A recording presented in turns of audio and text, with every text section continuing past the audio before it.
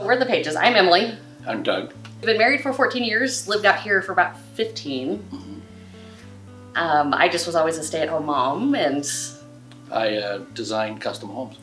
we have a son named Wyatt who would be 13 and a half years old. So we have a foundation called Wyatt's Comfort Bundles, and back in September of 2019, well, so kind of backstory. So our son was diagnosed with brain cancer in March of 2018 called ependymoma. And so he went through 5 surgeries, 96 rounds of radiation and everything. And back in September, we were kind of wanted to give back.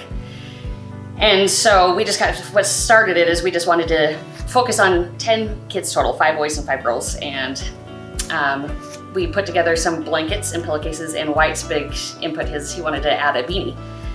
So we cut and tied blankets, and Wyatt helped tie blankets and helped sew pillowcases and everything like that. And so we, with one of our trips up to the hospital, we just went and donated those while we were up there.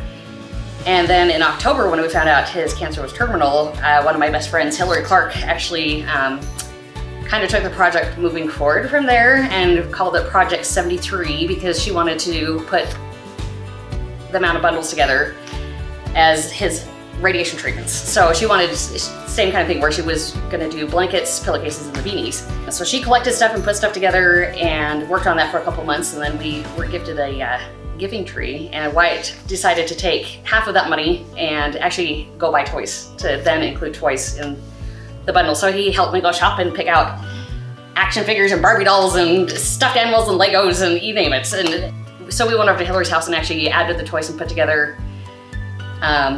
those bundles. Before Wyatt passed away, we were able to go up and drop off and deliver 106 of these bundles, Huntsman and Primary Children's. And of course he was worried about what we were gonna do with our time. So I just said, and we had talked to him about doing a foundation and everything, and he helped us come up with the name of Wyatt's Comfort Bundles. And we just told him we would gladly carry on his legacy and story and continue putting these comfort bundles together. So as of right now, we need to put together at least 1,000 bundles to 1,200 per year, because we take about 600 to 800 up to Primary Children's each year, and then we take a good chunk up to Huntsman, and then we also ship them off to the Proton Center in Seattle and to the Seattle Children's Hospital, because those were some of the locations he was treated at. So, and when St. Jude's finally opens back up after COVID to receive donations, we hope to be able to ship some there as well. Wyatt was a typical, 12-and-a-half-year-old, enjoyed sports, jazz, BYU, golf, especially at ranches, especially the ranch golf course, and just hanging out with his friends and enjoying anything outdoors. He'd play 2K and just hang out and have a lot of fun with his friends. So. And he loved riding bikes and going up to like Quencher to go get a drink or go up to Dairy Queen and everything. So yeah. Typical kid. Yeah. And he never complained about anything. Like Nope. He didn't want to be defined by his cancer. He didn't want to be known for that. So he just wanted to be a kid and hang out with his friends and enjoyed life to the fullest. And yeah, he fought his cancer for like 22 months and passed away in January of 2020. But we're just grateful that we can carry on his legacy and share his story, and just kind of keep that going as well. But yeah, and we're, like I said, the bundles, it gives us a good distraction. And that's the other thing too, is that the main reason behind the bundles is he actually wanted to bring a comfort and a distraction to kids fighting cancer as well. Yeah, that was his whole main purpose behind doing those, is to put a smile on the kids' faces and kind of get their minds away from everything for a little bit. So, and it's been nice. We've been able to send some of the bundles to his friends that he made out at St. Jude's and along the way. So, and it's fun seeing the kids' faces once they get it. It just makes them smile, and then the nurses and everything who are able to pass them out at Primary Children's have told us that they enjoy seeing the kids walk down the hallway with their blankets and everything.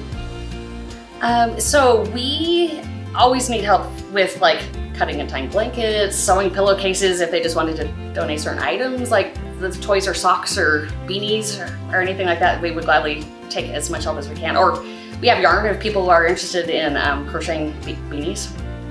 Ideally, we'd love to always have people come over and help assemble stuff, but with COVID, we kind of take extra precautions. But if people wanted to actually put some bundles together themselves, we have plenty of bags. So it's just whatever they prefer, we would gladly take as much help as we could get, because we know we could definitely not do this all ourselves.